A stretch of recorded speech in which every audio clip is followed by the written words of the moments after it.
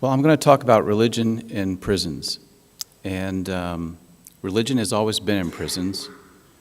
It's among the oldest and most prominent of programs in prisons. It's quite controversial in some quarters. It kind of reminds me of prayer in public schools. I was once asked, what's your position on prayer in public schools? And my response is always the same. As long as we have exams, we will have prayer in public schools. And as long as we have prisons, we will have religion in prisons.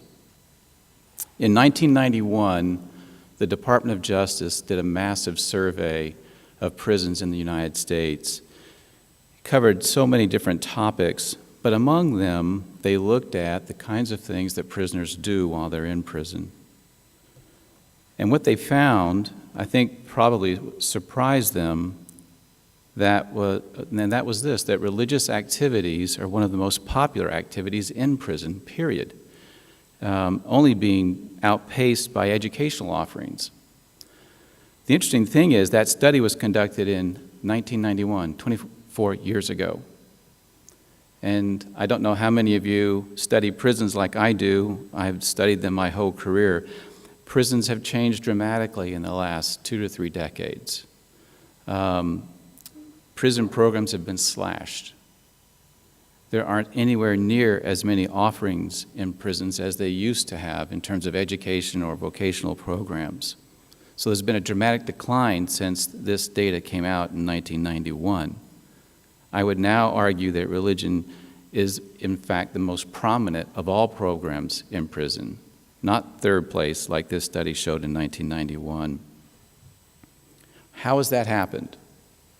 Well, let me give you just a little history about religion in prisons. And some of you may have a stereotype of what that looks like. Most people think of crusades, and those have happened in prison. In fact, some of you may be familiar with Bill Glass. He's still alive. He's a Texan, a former Green Bay Packer, professional football player turned prison evangelist. In 1969, he started holding crusades in prisons, and he is still doing so, or at least his team is. Chaplain Ray, some of you may have heard of Chaplain Ray, started in 1972 with Bible studies in prisons, inspirational books. And then some of you may know of Chuck Colson, the former Watergate figure, 1976, got out of prison and launched something called Prison Fellowship, which is the largest of all the prison ministries, and there are many, many prison ministries. You're probably familiar with Chuck Colson's work, but you may not be familiar with Kairos or Horizon or Alpha, and the list goes on in terms of prison ministries. These are well-known national and international ministries. I'm not even referring to the thousands of mom-and-pop operations that exist in prisons across the world.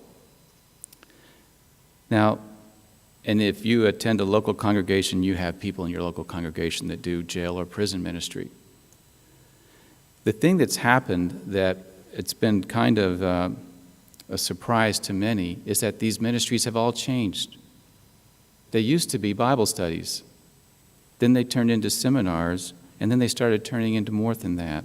And that's what I really want to capture in this brief talk today, to show you how these changes are having profound impact on how we think about prisons and prison reform, especially in the United States.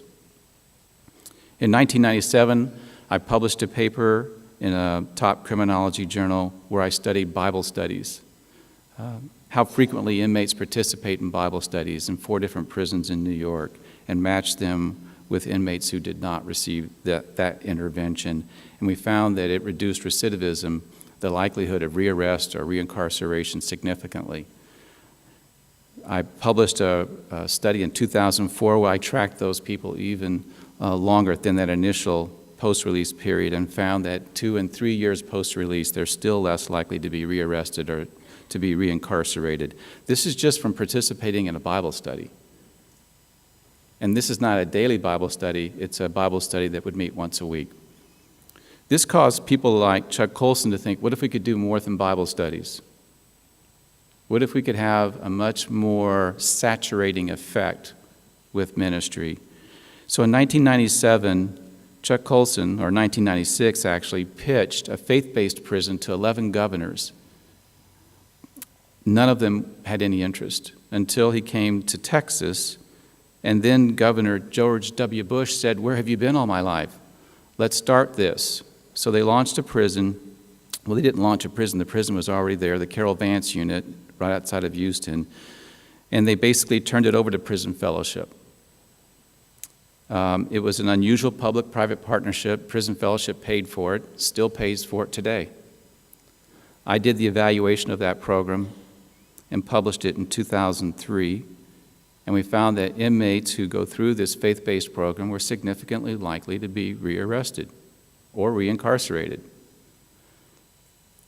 A similar program took place in Minnesota based on this one. It's called the Interchange Freedom Initiative, a faith-based prison run by the state, but the program's provided by Prison Fellowship and their staff. They found results even stronger and more compelling than those that I found in Texas. Last year, Grant Dewey and I published another article where we not only looked at recidivism, we did a cost-benefit analysis, and we found that that particular program in Minnesota saved taxpayers $8,300 per participant. Hence, one of the reasons why these programs are so popular. They're cost-effective. Beside the point that there is now empirical evidence that they work. That doesn't mean that this is a slam dunk. There are problems, to be sure, and I certainly have my critics, although most of my critics are in the blogosphere. I publish my stuff in peer-reviewed journals, but I get attacked on the internet.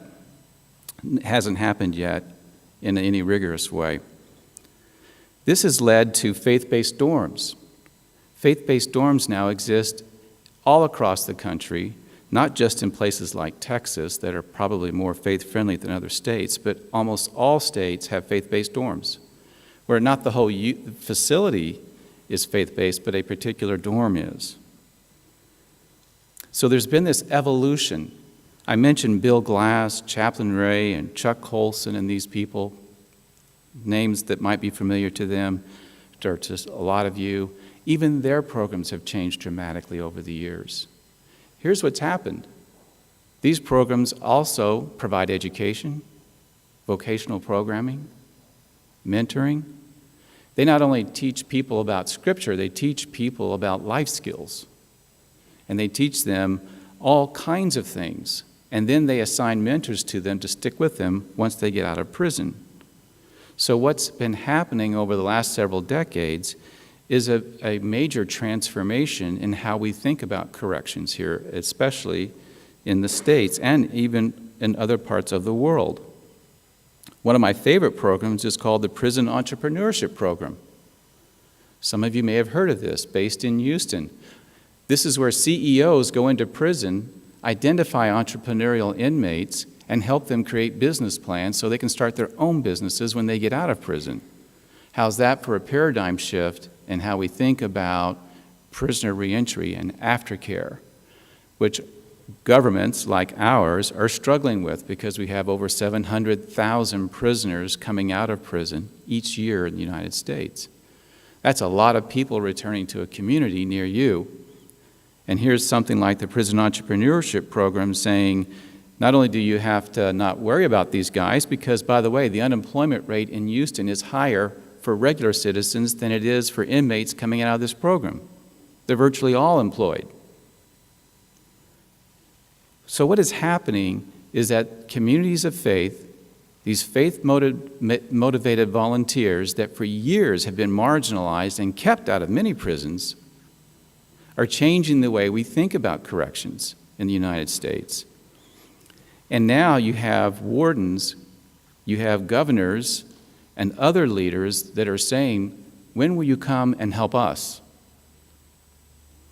The most recent innovation, and you might think a shocking one, is the development of seminaries within prisons. This started about 20 years ago in one of the most violent prisons in America, the Louisiana State Penitentiary, also referred to as Angola, where it was known for not only the fact that the inmates there are serving life sentences without the possibility of parole, but also because of the enormous violence rates there. Suicide, also huge problem. Staff turnover, all kinds of problems at Angola. And a warden went there 20 years ago and said, I'll start a Bible college. And he did. Over the last 20 years, there have been some dramatic changes at that particular prison. It's received quite a bit of publicity, and 18 months ago, we got a grant at ISR to do an empirical study on Angola, to see if we can determine what's happening there, and we're a year and a half into a 5-year study. So we're learning. We've conducted hundreds of interviews, in-depth interviews with prisoners, with staff, with people that teach in the seminary. We've gone into it with a completely open-minded and skeptical opinion about it. It's fascinating. The guys that go through this program, it's a 4-year program, they're trained to be ministers. They have 29 congregations inside of this particular prison. And I've never seen anything quite like it. Of course, I've always seen religion in prisons, but I've never seen anything quite like this, where they have pastors and associate pastors, church leaders embedded within a 6,000 bed facility. By the way, if any of you study prisons, you know that maximum security prisons don't have nearly as many inmates as medium or minimum security prisons because of the custody level. 1,000 inmates in a maximum security prison is about right. Angola, up until last year, had 5,000. Until they closed a prison, Governor Bobby Jindal closed a prison last year and sent all the prisoners to Angola, about 1,100 at one time. So if you know anything about corrections, you know that this is a recipe for what? A riot. They did this without incident. It's a story that's never been told in any media outlet anywhere in the country. How could you transfer 1,100 prisoners in the space of a few days to a facility and not have one incident? It's remarkable, however you would explain it. So we're trying to understand what's going on at Angola to see if this seminary is in fact the reason why their violence rates have plummeted, why their suicidal rates have dropped, why the staff are staying and not leaving, which is a common problem in corrections because they pay so poorly. The warden has been there for 20 years. This is unheard of. Wardens rotate in and out every couple of years, as you would have a department chair at a university, except for Baylor, where it's a life sentence. You actually stay as chair forever. And there's a prison in south of Houston called the Darrington Unit. A number of Texas officials went to Angola to see this thing in person, and they said we should do this in Texas. So Texas now has a seminary as well, embedded within a maximum security prison. We're studying that facility too. And what we're finding is that the two are dramatically different. The one in Texas is supposed to look like the one in Louisiana, but doesn't look anything like the one in Louisiana. And as you might expect, instead of people waiting for the research to come in, these seminaries are popping up all over the country. Jerry Brown, the governor of California, has embraced the concept, and now there are over 20 seminaries in California prisons, and they're growing almost by the month. And they're beginning to pop up all across the United States. And the only reason why I know this is they're calling. They know we're doing this study in Angola, so they've been calling us and asking us questions. The interesting thing is, if you talk to these people, what they really want to do is send out these people that they've trained as missionaries to other prisons. In Louisiana, they're not getting out of prison. They're serving life. So you might think, you might question the motivation. I've always heard that, why are these guys participating? And there's these selection issues. They self-select into the program. These guys are serving life. And so they're becoming missionaries, and they're transferring them to other prisons in the state of Louisiana. That's the model in Louisiana. We don't know if it's working or not. We hope to find out. In California, the model's different. they're training these guys as ministers to send them back into communities to work within congregations in disadvantaged neighborhoods. That's the model there.